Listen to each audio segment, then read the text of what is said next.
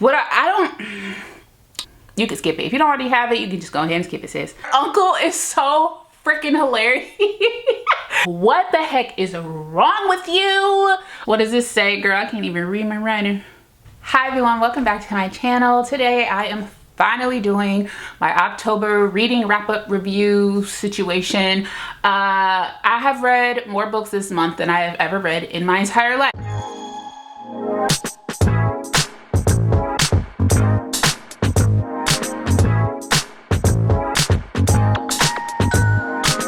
Even when I was like a book girly back in the day, I didn't read as much as I read currently this year. So I've read 16 books.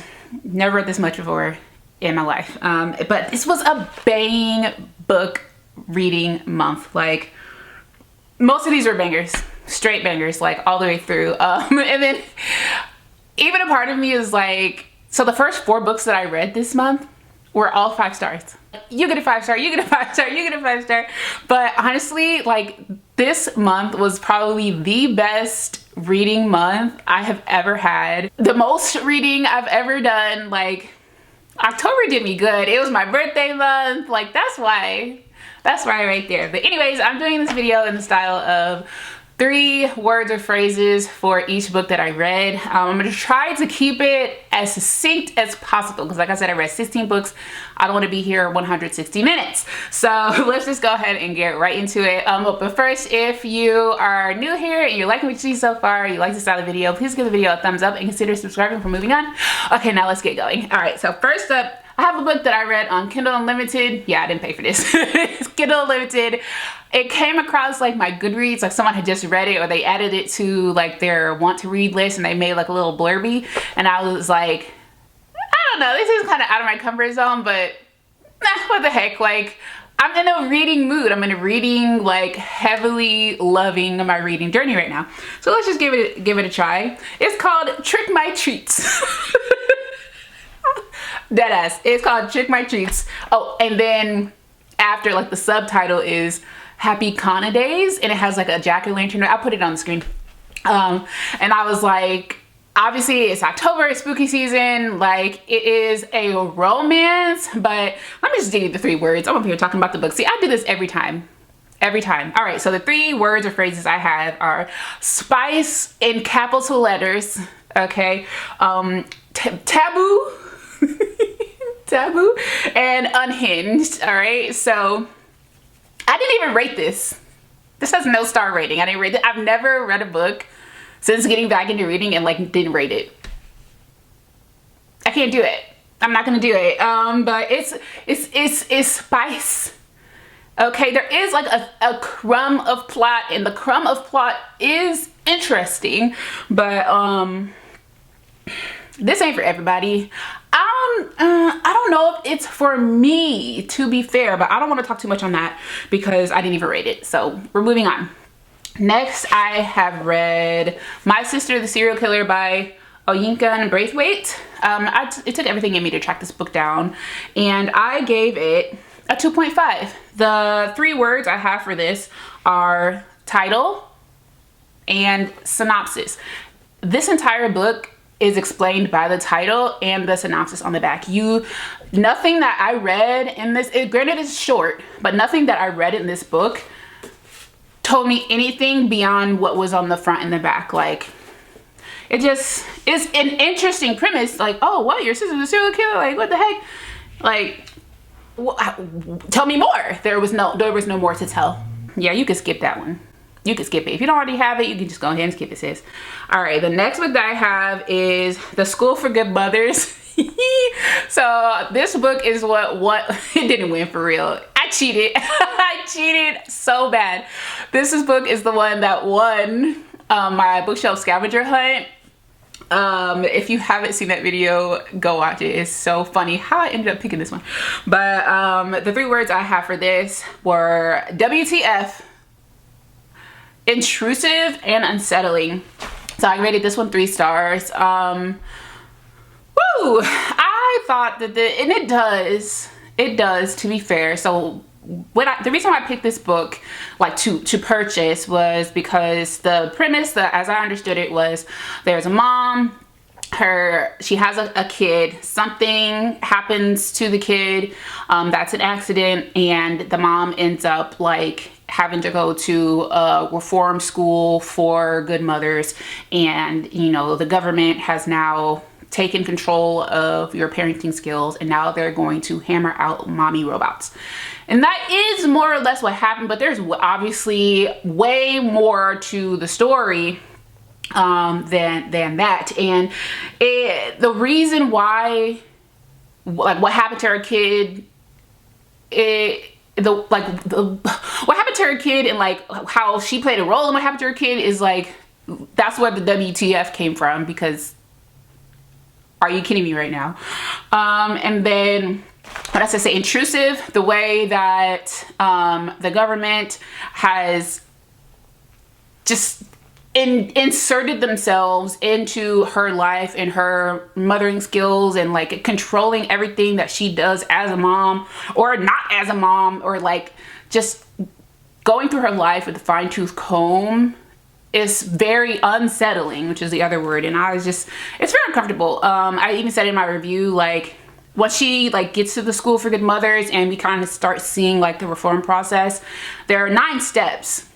And after like step 3, I'm like, okay, I get it. Like, you don't have to like explain or show me or give me a scene and an account of every single one of these steps. Like, I get it. I don't want to see anymore.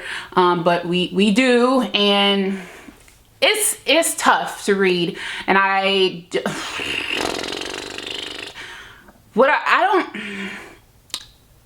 would not recommend a mom to read this. It's hard. It's a hard read. I don't know that it would like empower you or like inspire you to like be a better mom, or like have fear for like, this isn't too far outside the realm of possibility for what might happen in the future if our rights keep getting taken away. But that's that for that. Okay, the next book I have is Cinnamon and Golds. I rated this one 3.5 stars, and the 3 words or phrases I have for this are Thanksgiving, because it is set the day, 1 or 2 days before Thanksgiving, and then the rest is all on Thanksgiving. Like, the whole book is like in 1 or 2 days. Exes, and then the 3rd phrase I have is Black folk at the holidays. So, and like literally Black folk, because when I say Black folk, you know exactly what I'm talking about. Okay, you get me. So it is like, it's set in Thanksgiving. There are like a little bit of mess happening with the exes, but like, if you've seen like any Black holiday movie, or like Soul Food, that movie, I'm thinking like This Christmas, anything like that, like most of those, like, or is Best Man Holiday, these things, there's always like a level of drama to be expected in those types of movies, and like this book very much gave that. But it was funny as heck. It was like, why are you being so messy as heck? Like, it gives everything that you would expect from like Thanksgiving time. And I mean that in the best way. Like, in the best way, in the most fun way. And it's a little bit of spice. The spice is a little bit unhinged, but I was here for it. I read that real quick. It's on Kindle Unlimited. Next, I have What a Match. This is what I was about to talk about. What a Match by Mimi Grace. I gave this one 3.5 stars. The words I have for this are autumn, obviously, matchmaking, and strong silent type, which is the type I like. So the male main character is, this is a part of a series, if I didn't say. It's a part of a series. I don't remember the name of the series, but this is book 2. In the first book, which was Make a Scene, the male main character's sister is the female main character, and then the male main character's best friend is the male main character. And the best friend, the male main character in this story, has had it bad for the sister for years, okay? But he's very quiet. He is very introverted. I say strong silent type because he also co-owns the gym that her brother owns. So he be boxing and stuff. And something happens, they end up like having to live together, and it's not like weird or uncomfortable. Ooh, it was a little bit awkward for both of them because she's like kind of bubbly, she's a teacher, and he's very, again, strong silent type, and it's just, she's like, I'm just trying to like make it comfortable for us here. We have to live together for a couple of weeks, like let's not make it weird. But it's really cute, it's really sweet. It happens over I think Halloween and Thanksgiving. There's like a pumpkin patch or like a pumpkin festival, harvest festival type of situation. It's really, really stinking cute. The grand gesture at the end of this is so cute, like, and like it's so cute. I very much recommend this. And just because like Halloween's over, Thanksgiving is still a big part of this. So if you want to read this in the month of November, definitely get into it. Next, I have Let Me Love You and Let Me Hold You. I'm going to talk about both of these. They're both 4 stars. Let Me Love You, I gave, the 3 words I have for this are community service, DV, and generational trauma. Now that sounds like it's a really, really heavy book. It's not a really heavy book. It is very much like on the romance side, and excuse me, a part of it could be considered cozy, but there is a lot of like heavy themes that go in along with it as well. I will also say that for the second book called Let Me Hold You, I put this, the 3 words for this one are messy AF, like heavy on the mess. Holidays, this one is also very much a holiday book. It has all 3 of like the, I won't say the major holidays, but it has Halloween, Thanksgiving, Christmas. I don't remember if it had New Year's in it, but it definitely has Halloween, Thanksgiving, Christmas.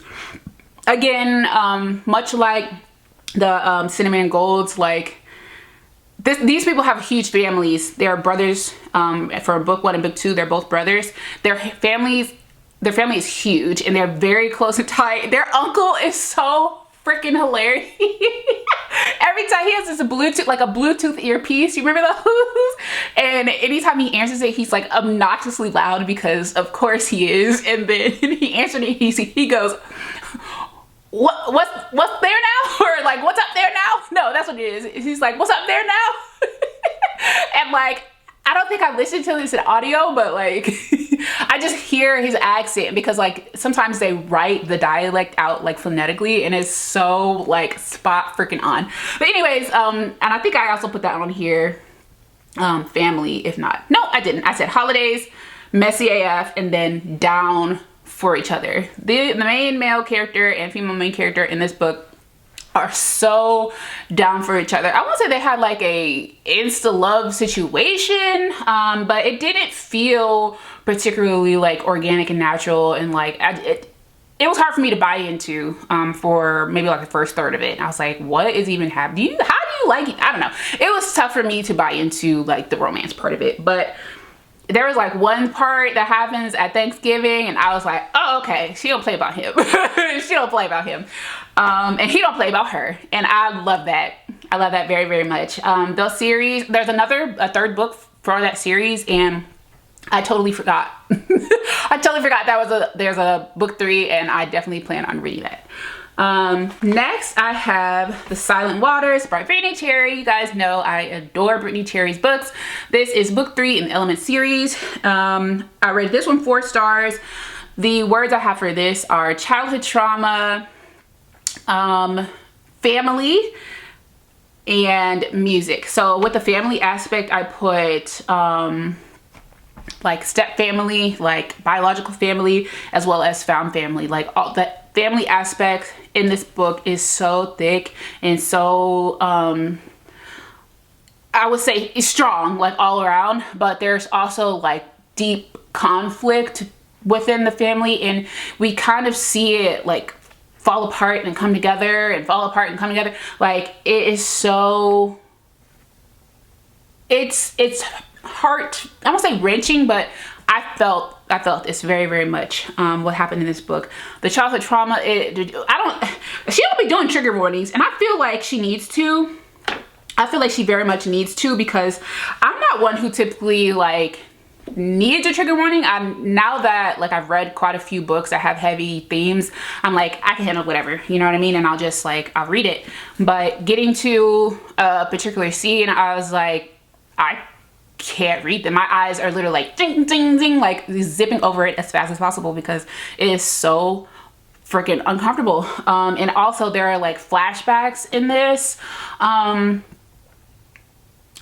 that scene, and like it's unsettling, but I think the majority of the book is really, really beautiful, and how they are like, I don't even know if I could say they're growing through things together, because it seemed real stagnant for a long time as far as growth is concerned.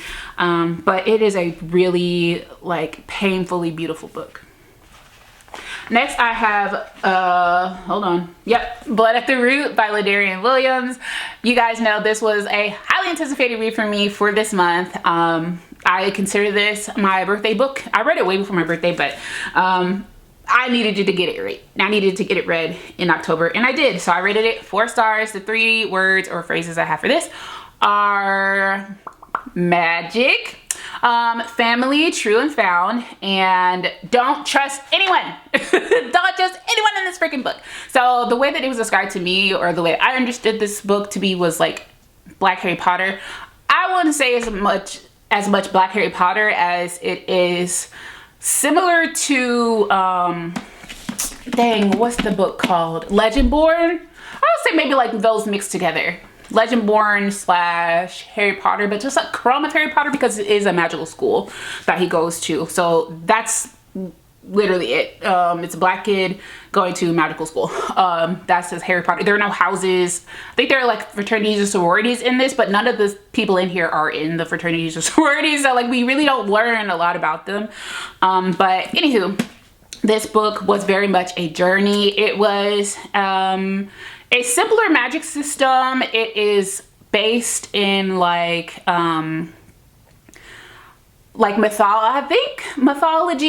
It talks about voodoo and hoodoo, and please don't ask me the difference between it. It explains it in here, but it didn't stick for me. But I know one of them kind of has like a more negative connotation, and the way that it is like exemplified in the book isn't negative, but they talk about how like certain societies have made it seem like a negative thing, or like a dark thing, or like a witchery thing, or like, you know, like a negative thing. But it's very much not for the main characters in this book. There is obviously an antagonist or an antagonist group who may or may not have magic, and they may or may not be using it in a dark, icky way. So there's that. But this was a ride. It was really fun. It was, it kept me on the edge of my seat. I didn't know who to trust. It was so fun. And from the way this ends, I'm certain there's going to be book 2, and I'm all the freak over it. This was not hard to read as far as a fantasy. I believe it's YA, but so was Legendborn. And baby, don't ask me nothing about that book, because it was so hard for me to follow. I'm like, what is happening? What? This was simpler to read, but it was still really engaging. I loved, again, the way that the author chose to like write the dialect and like the accents. It's like in Louisiana.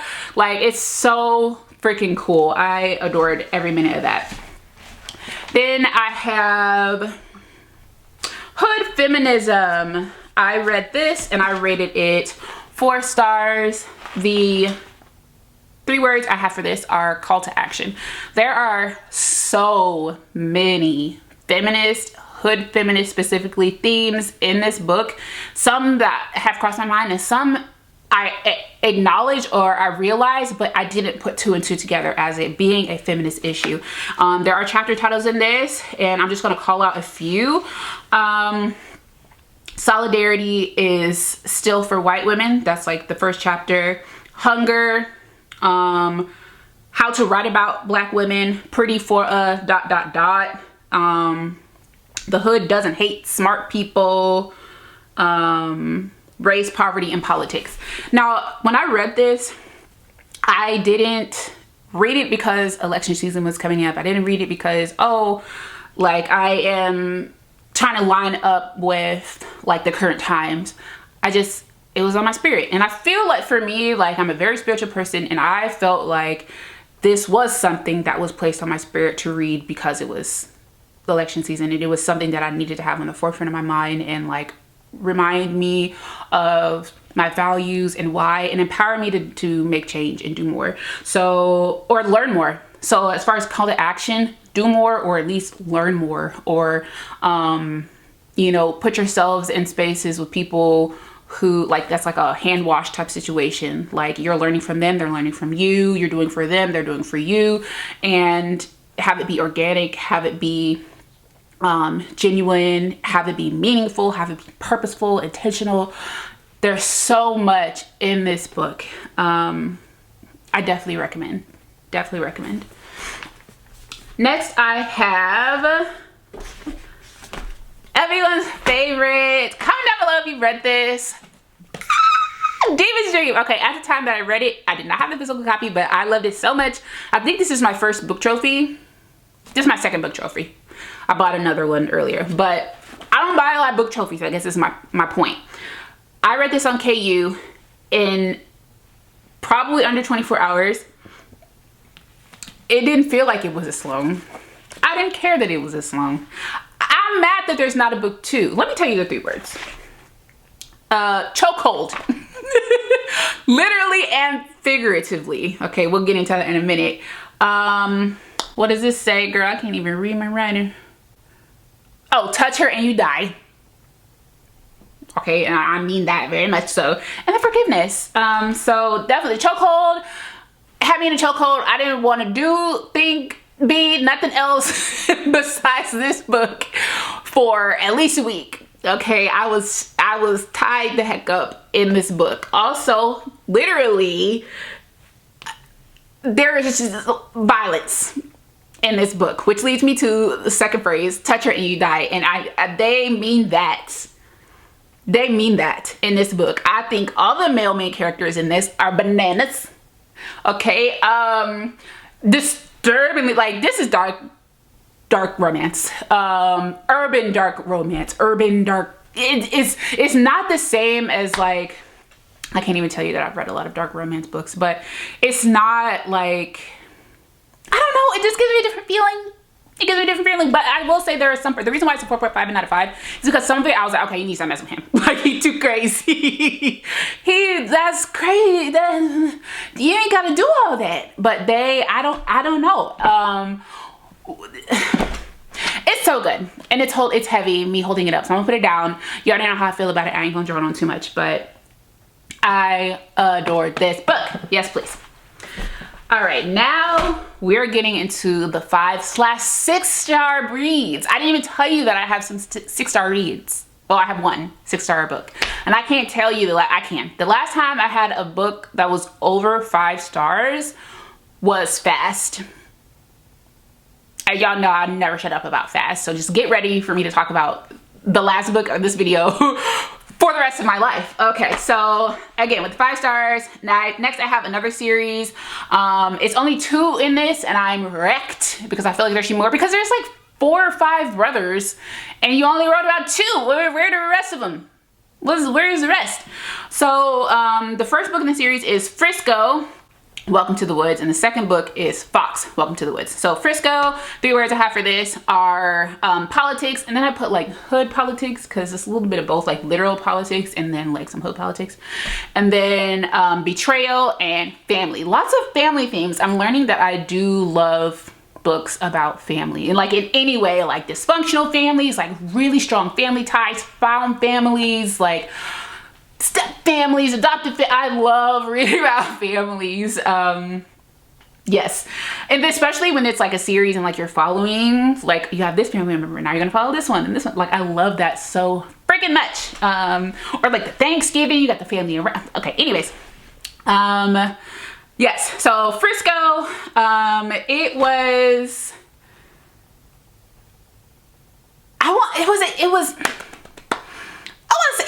it's messy. Okay, it's messy. And like I said, hood politics is very like calculating. Okay, there's a reason for the mess. There is like a method to the madness. There's definitely betrayal. There is some what the heck is wrong with you? Okay, like it's so emotional. Like it's gonna have you will talk back to this book. I cried. Okay, normally a 5-star, I'm gonna cry. I cried. Like, I don't think it's an official like reasoning to like make it a 5 stars. I have to cry, but like typically I cry my little eyeballs out in my 5 stars, and I definitely cried in this one. It was so dramatic. It was messy. It was sexy. It was kind of outlandish. It kind of gave like, all right, don't run off now when I say this, but it kind of gave like one of those reality TV shows where they follow like ball players or like TV personality, like they follow them around in like day-to-day situation. It kind of felt like that. Oh, because there was a character in there who was in one of those types of shows. So that's why the whole book kind of gave that to me, but I ate it up. And then the second book is Foxx, who is the brother to Frisco, and Frisco is a lot harder. Like he's kind of like, he's not as scary as Demon from Demon's Dream, but he's kind of like a hard ass, and like you don't want to mess with him. Like I don't know if it's quite like touch or you die, but like he stands on business. Foxx is also like by association, like his family, like business, corporation, tie, power, influence has that about him as well. But he's also like the jokester. He's very funny. He's very lighthearted. And he's very much a professional businessman. And he's very smart, but he's also like an undercover lover boy. Like you would never know this. He's an undercover lover boy. And the female main character, I didn't tell you the words, did I? Undercover lover boy. I'm no doctor, but like socio or path, like the other one, I don't know if I could say it. You know, I'm just like cuckoo, okay? Cuckoo, like heavy on the cuckoo. And then more please in all caps. Like I'm so freaking sad. This was it was so beautiful. For some reason this gave like, oh, I know. Minus the basketball, it reminded me a lot of Kennedy Ryan's Long Shot. It's not as graphic, if you know what I'm talking about. It's not as graphic at all. I don't think I've read anything as graphic as that book regarding DV, but the female main character has gone through quite a bit in her marriage, and she is so broken and stripped down, and like, what's his name? Foxx comes in and he's like, she's so weary, but she just, it's a romance. So you kind of can imagine like what goes on from there. But her husband is bananas, and like, he's bananas. Okay, let me move on. I'm almost done. Okay, the last 2 books. I have Queen Charlotte. I gave this 5 stars. Obviously, this is 5-star section. The 3 words I have for this are stubborn and then supportive. Like I couldn't choose if I wanted stubborn or supportive for Charlotte and George. Then I have that girl for Agatha. And then I have devoted for Brimsley and Reynolds.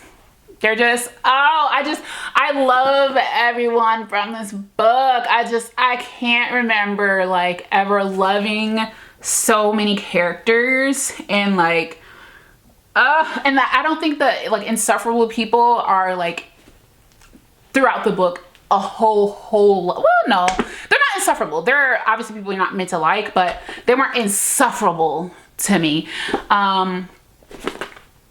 I do it. I've never watched the show, okay? So I didn't know anything about this other than she's the queen and it's supposed to be romance. I didn't know nothing at all. But there's a scene in this, and if you know, this was also featured in the video that I have called "This Video Ends When a Book Makes Me Cry," and oh my gosh. Oh my gosh. Like I said, most of the 5 stars make me cry. This one, it's so, please read this. It's so beautiful. It was such a unique experience compared to like other romance books that you read. Like as far as it being a Regency, I feel like that gives it like a sense of like coziness. There is some like ignorance in this, given the times and given that the female main character is black marrying a white man. But they don't make it like a forefront of the book, which I do like, because a lot of times like it's just, can you hate me for something else? Like, just why are you so ignorant? Why are you just so freaking ignorant? Like, all right. But I loved this book. I loved it so much. I still have yet to watch the show. I'm not gonna make you guys any promises, but so I can't compare it to the show or whatever, but this was a phenomenal book. I also skipped a book. Sorry, I said that was the second to last book. I lied. This book was also in my video ends when a book makes me cry. This is Thirsty. I gave this 5 stars. The 3 words I have for this are fitting in, wolves/sheep, and healing. This book is about a young woman, or I think she's like 17 or 18. It's her first year in college, I think, or she's going into college, and she is trying to fit in, and the only time she feels like she fits in, or the time that her peers respond the most positively to her presence socially, is when she's drinking, and she develops a drinking problem. And some people, who I call wolves, are very much enabling the drinking. You're like, yeah, you need to have more, take a drink, take a shot. And then there are like sheep. I categorize her as a sheep, and maybe some of her like more positive friends who are like challenging, you know, her choices and trying to offer her alternatives and give her grace. And she's so conflicted. The healing that she finds in this book, I loved. I bawled my little eyeballs out about this. It is not personally relatable to me, but I empathized real bad with this, and it was so nice. It's a YA book, but it don't read juvenile to me. I feel like even as an adult, even as like a 30s, 40s person, I feel like you could still very much feel something for this. All right, and then finally, I'm gonna try to keep it short because my camera's dying, is The Invisible Life of Addie LaRue. I rated this 6 stars. I know you've heard of this book. I've heard of it, but I haven't heard, like I've seen the cover and I've heard the title, but I really didn't know too much about it. This book, I'm gonna give you the words. Deal, that's a significant word in this book. Ingenious, and the epitome of morally gray. I would say that for the female main character and like the antagonist. Like I to this day I don't know how I feel. Oh gosh, I bawled my eyeballs out reading this book. I cannot wait to read it again. It was a little bit tough to like get into at first. There's a lot of time jumps, and I'm not a time jump girly, so it was a little bit for me to get into it originally. But once I got into it, once I started understanding what was happening, like the pattern or like the theme or the purpose for the time jumpingness, I was locked in, and I love this book so much. It is I could call it like a historical fantasy and like present time fantasy. It goes up to 2014, but it starts in like 1700s. It's so good. The romance in it is so, I don't know, like I feel like it might be kind of like a trauma bond. Yeah, I think the romance could be considered trauma bond, but that's why I cry my eyeballs out. Like seeing two people who are hurting and like clamoring for love within each other, that just does something to me. I know it might not be the healthiest, but reading about it, like in books, in real life, I don't know. But it does something to me, and I love that book. I wish I had more time to gush about it, but my camera is dying, like I said, and I try to keep the 3 words. I know I didn't talk my little head off. Sorry, but if you've subscribed, you know that about me already.